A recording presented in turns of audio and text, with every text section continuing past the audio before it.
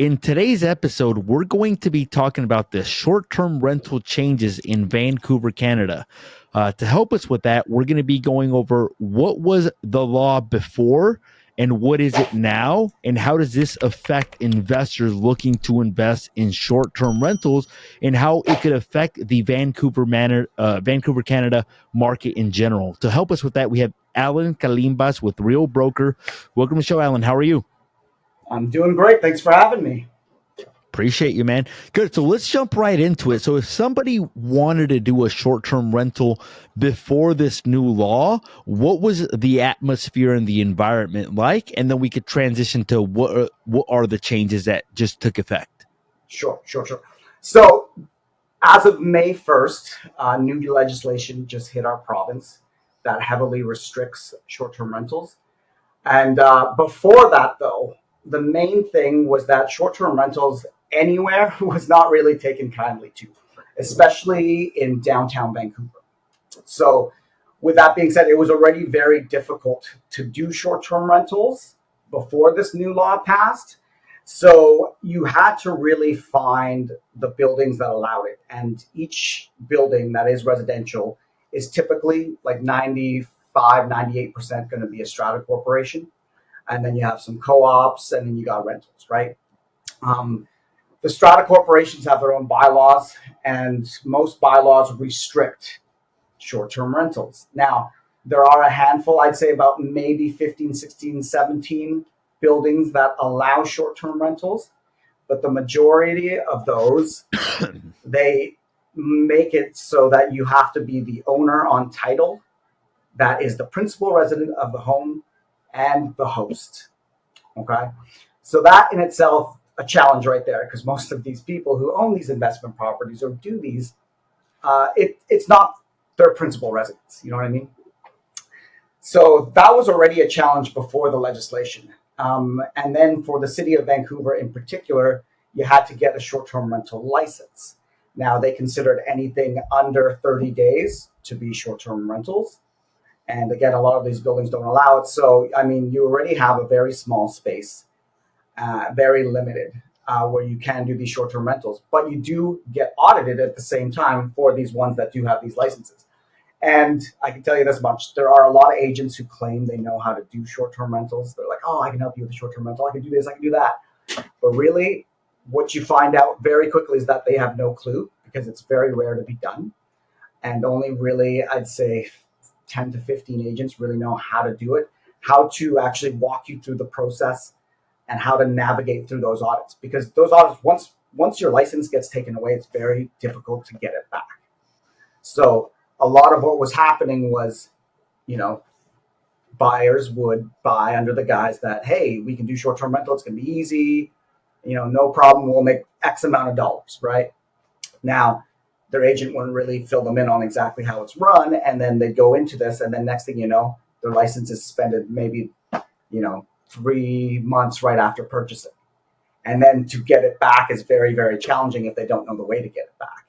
And then they end up selling right away. So it was tough in the first place to do it. Now, outside of Vancouver, I didn't really specialize in those areas, but most of the municipalities outlawed it or had variations of the bylaws where you could only do, say, a bedroom, or you can't do anything that had a kitchen. So it was tough already as it is. Now, when we look at the new rules, the new legislation basically brought everywhere else in the province back up to the speed of Vancouver. So now you have to get a license for it, right? Now you have to be the principal resident of the home that you're hosting on the Airbnb or on the VRBO or the short-term rental. Before, it wasn't like that everywhere else. It was just in Vancouver where you had to do it that way. Now you have to do it this way. So as we stand right now, with the new legislation, 3 months, anything less than 3 months is now considered a short-term rental. So with that being said, I mean, it's really tough because now you have less buildings, and a lot of these buildings who do allow it for the owners, a lot of the residents in there or the owners don't want it in their buildings anyway. So every AGM, they're trying to vote it out, and our pool gets smaller, and smaller. In terms of where I put my clients, and I have a lot of clients, I put them in really two buildings that are the safest ones, and they do very, very well. They own multiple. And there's a system to do it. And each agent has to fully guide their consumers or their clients on exactly how to do it, how to navigate through the audits, and how to actually make top dollar for it. Because you can't just put up an Airbnb and expect it to make X amount of dollars. You have to be able to market it properly as well, because you have to stand out in front of all these other ones, right? Now, with that being said, I mean, there's not much to begin with in terms of rentals, but there are a lot of illegal ones where I've seen guests come in from a different country. They get there, and then all of a sudden, no Airbnb, no short-term rentals allowed in the building, and then they're stuck trying to find a hotel room. And in Vancouver during our peak seasons, I mean, you can get just a 3.5, 4-star hotel. Rates can go 1,000 to 1,500 a night. 5 stars like 2,000 plus a night. So it's really imperative that we have these short-term rentals, but yet the bylaws or the municipalities want to outright just get it out of there. So it's So one of those things. Yeah. So basically, before that, a lot of the Yeah. regulations were only in Vancouver. Now it's gone out to some of the closer provinces, basically. Yeah. Um, in basically where now you have to be owner occupied. Does that mean that I could only rent out rooms? Because if it's owner occupied, that means I'm occupying the building, basically, which means I can only rent out the rooms and I can't rent out the complete unit. Or what does that mean? So some municipalities have that bylaw where you can only be a room, and they include in the verbiage that there cannot be a kitchen. But let's just take the city of Vancouver, for example. I mean, when they say owner occupied, they mean that you're doing this uh, when you're away, maybe, or when you're on vacation. Like Got it. what they say is that this is your principal residence where you go to whenever you're in town living there, and you're not actually living anywhere else. So, and then on top of that, you have to think about the empty homes tax or the speculation tax that we have, right? So if you claim that that's your principal residence, but you're only living there 3 months out of the year, then you get charged with an empty homes tax on top of that, because the minimum you have to have it occupied is 6 months, and they do not consider short-term rentals an occupied property. So it's very challenging. What is the empty tax like? Meaning you have, if you don't live there for more than 6 months, you have to pay like a tax, an additional tax. Yes, correct. Now it varies. There are different tiers of it. And I think they just changed it recently, but I mean, it can be up to, I believe, 2 to 3%. Don't quote me on that, Wow. because they always change. But I mean, but they'll give leniency for some things, or they'll discount you for some things depending on what's happened. But when you claim this to the government, to the CRA, when you do your taxes, right? There are ways where you can, say, hey, I was in surgery or getting, the home fully renovated, that it was unlivable. There are times where they'll actually, be lenient. But most of the time, no, they'll make you pay the empty homes tax. And it's basically it's tax everything right now. So, Yeah, got it. So now a lot of different people are having to go get licenses now in Canada. At least that's what it sounds like. What does that process look like if somebody needed to get a license for an okay, so Airbnb short-term rental? it's actually pretty easy. So they give you a set of guidelines of what you need to do. Like, for example, you have to file your taxes there. You have to have your hydro bills come there, your phone bills. They give you a list of different things like your car insurance, all of that. That has to be there. And I mean, when you're called upon to get an audit done by the city, you should be available to do that. Now, they don't tell you how they do these audits, but I've seen and I've heard what they do. And our job as agents is to navigate through what we've heard, what we've seen, and give them strategies so they know how to properly navigate through those, and make sure it's legally done, right? So it's tough because a lot of people don't pass their audits, and then they're ending up, they end up having to go to a long-term rental, and long-term rentals are not cash flow positive right now, unless you bought it years and years and years ago. But even with our high rental rates, I mean, you're nowhere near to cash flow positive because you still have your strata fees on top of that, plus your property taxes. So Yeah, it's tough right now. But again, you're banking on the appreciation coming quicker than you are anything else. What do the audits look like, or what have you heard about the audits? Yeah, so the audits, because this has to be your principal residence, they'll come in there, they'll take a look at the home, and they won't really say much, but then they'll note it down. So things like, okay, is there food in the fridge? Are there clothes there? Does it look like they actually live there? Are there maybe pictures on the wall? Then they'll look up into your social media and see if do you have pictures of you actually living there, or maybe having dinner there with people, having guests over, stuff like that. So they'll actually do a deep dive, and they won't tell you they're doing this, but they'll look at that, right? And they want to make sure, yeah, this reasonably looks like this person actually lives there. So, okay, we're okay with this one, right? If you don't have clothes, if you don't have these things ready, and it doesn't look like you live there at all, there's a good chance you're going to lose your license. How much of a leeway or head start do you get from the time that they tell you that they're going to audit to the time they actually do the walkthrough? I mean, I have heard they're pretty good with the lead time, Yeah. right? Because I mean, if you have guests booked in there, it's hard for them to kick them out just for an audit, right? Um, so I've heard as many as 30 days, and I've heard as little as like 48 hours.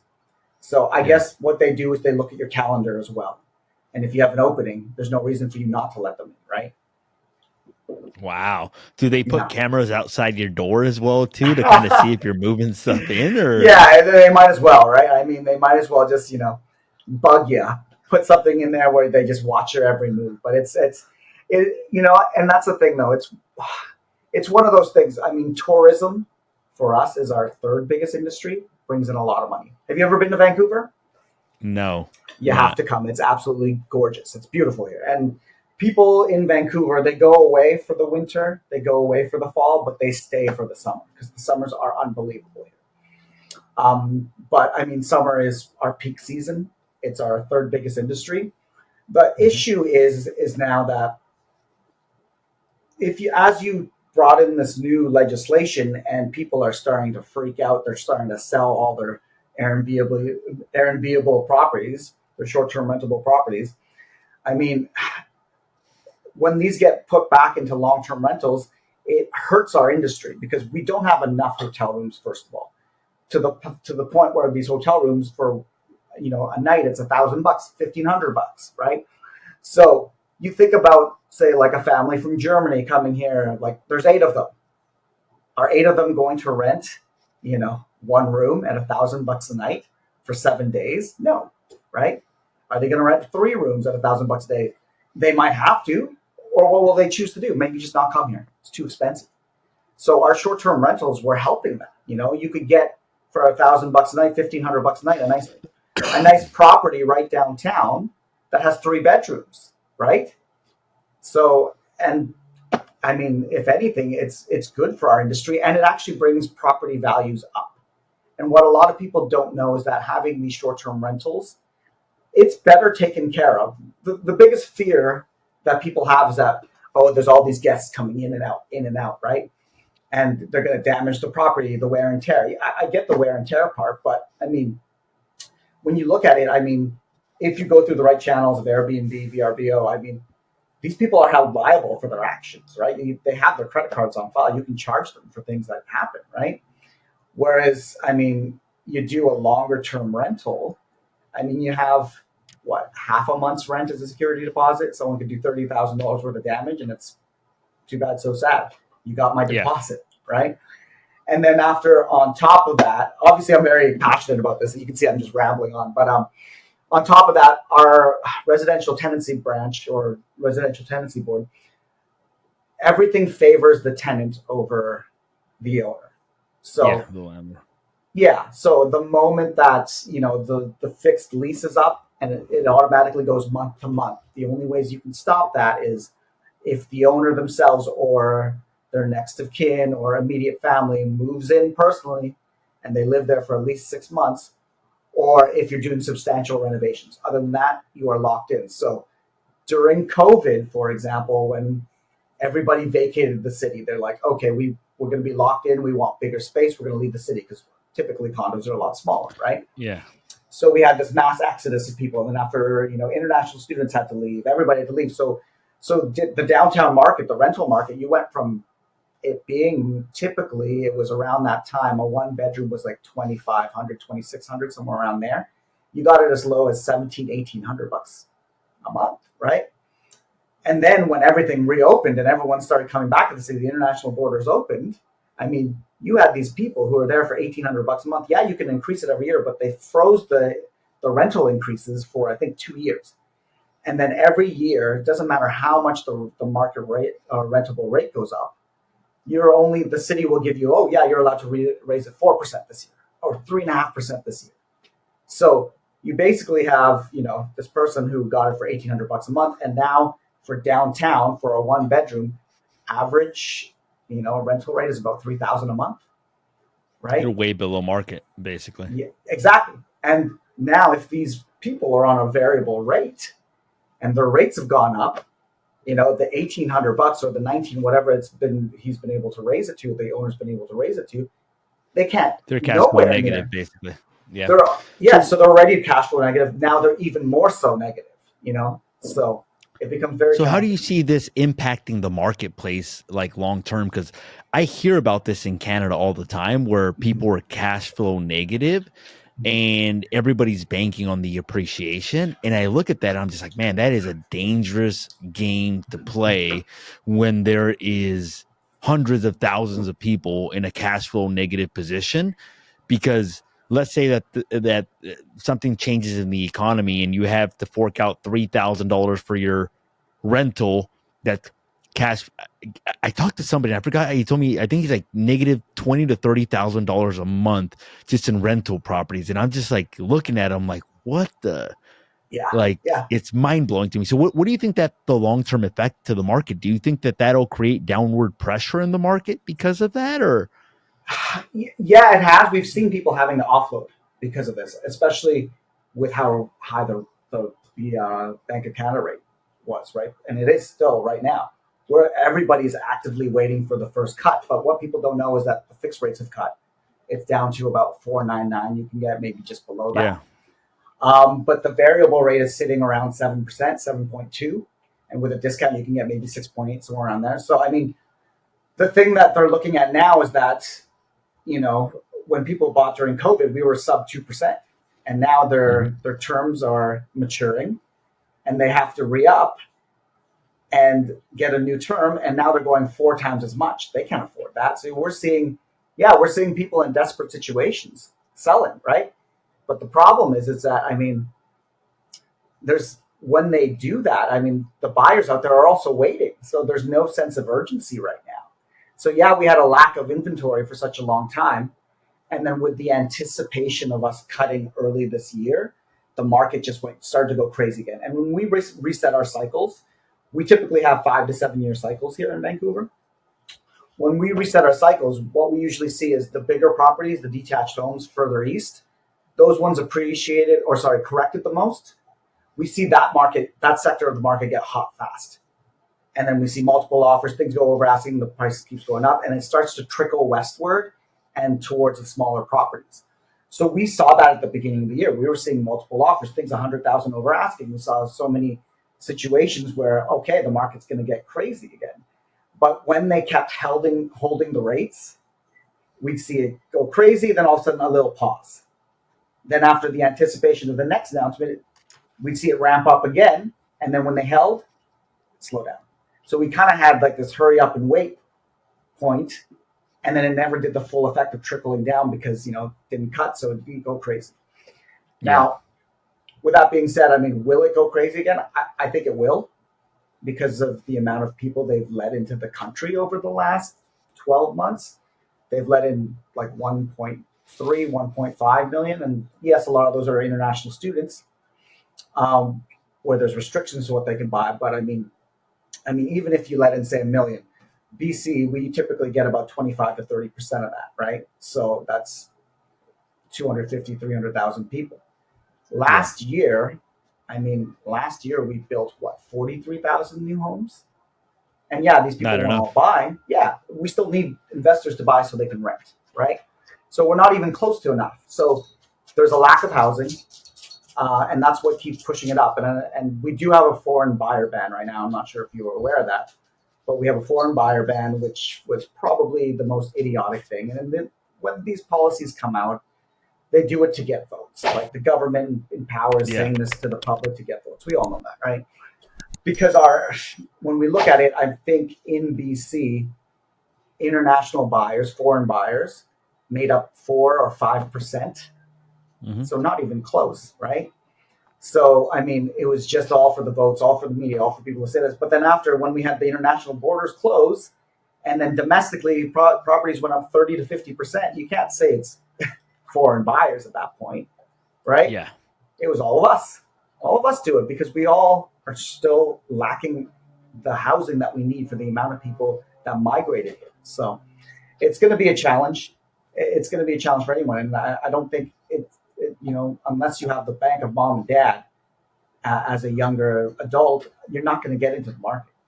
Or unless Yeah. you're a tech genius, you know what I mean? Uh, but it's just one of those things that's going to be very, very difficult. And then after just the rules in place that we have to get into the market, it's just tough. I love it. Cool, man. Anything else that you think would be helpful as it relates to the changes, the short-term rental changes in Canada? I think we covered a lot. What would be helpful if they allowed it more frequently and more often? Because when we say, when we see these things happen, when we see more come to the market, you know what I mean? Um, it makes our industries go better. Like, again, tourism. Like, we're seeing less and less tourists come because they can't afford to come, right? The more homes like this that are available, it's going to make our industry, which increases our economy here in BC. Now, when we look at people buying investment properties, no one's going to buy an investment property right now unless they can do a short-term rental, or unless it doesn't really matter to them, they're waiting for the appreciation. But I mean, you're so in the hole when you're cash flow negative, plus the strata fees on top and property taxes. And I think our property taxes in Vancouver went up. They increased it like, oh my god, I think it was like 12%, or something Hmm. high like that. When they keep increasing all these taxes, I mean, it's like you're kicking people out of their own home, right? So I mean, we had a record amount of exodus to the next province over, which is Alberta. So 70,000 BC residents decided to leave, and then they went to Alberta. But we still had another 300,000 people coming. So I mean, So it's it's still it's there's people still, yeah. migrating out, people migrating in, Oh basically. yeah, yeah, exactly. And I mean, just one of those things, we'll never catch up. But with the new rules aren't going to help us. But what will help us is if they allow this more. I just think that overall, I mean, the buildings that I put my clients in that are the safest short-term rental buildings, it's not in the best area. But the only reason why their price per square foot is so high is because this building is great for investors. And investors know that, right? So it's a very desired two buildings. It's also very close to, we have Rogers Arena and BC Place, where there's events all the time. For Taylor Swift, I mean, I had a client who rented out his penthouse that we got him for like, I think it was like 3,500 a night, just Wow. for Taylor Swift. Yeah, I mean, when you're able to do that, I mean, people will be looking to buy more properties that they can actually invest in and actually Yeah. do pretty well in, right? And then on top of that, these first-time home buyers aren't going for those properties anyways, right? They can't afford in these areas anyways. They can't afford to live downtown because, I mean, you're looking at, like, for a decent one-bedroom, you're looking at, like, say, turnkey one-bedroom that's maybe within 10 years old. You're downtown, you're looking at a minimum of like between 1,000 to like 1,300 per square foot, right? Depends on your view, depends on everything. And they're making brand new homes a lot smaller, smaller, smaller. There's homes as small as 350 square feet. You know what I mean? Yeah. Which are tiny. So I mean, I think we just need to do a better job, obviously, of building more homes. I think that a lot of people have that issue, but it's also, if we're going to let this amount of people come in, right, into the country, we need to make sure that we have more infrastructure in place. And I think having short-term rentals is a part of that infrastructure because we need those short-term rentals to get the tourists in. I love it. Cool, man. Yeah. Well, Alan, I want to say thank you so much for taking the time to be on the Yeah. show. If somebody wanted to get in touch with you, what's the best way for them to do that? Yeah, I mean, they can follow me on Instagram. So it's VANCITY, the number 4 and the word sale. So just at VANCITY for sale, or they can email me, Alan, ALAN, at vancityforsale.com. And yeah, I mean, I'm on Instagram all the time. That's my main social media platform that I use. I love it. So, and I follow you. So, and I've watched your stuff. So thank you so much for having me. It's been a pleasure. Of course, man. I appreciate you. So, for our viewers out there, we want to say thank you for taking the time to watch the show. If you've enjoyed this interview, make sure to hit that subscribe button. If you feel that this interview would be helpful to somebody, make sure to hit that share button. Alan, thank you again. And to our viewers, until next time.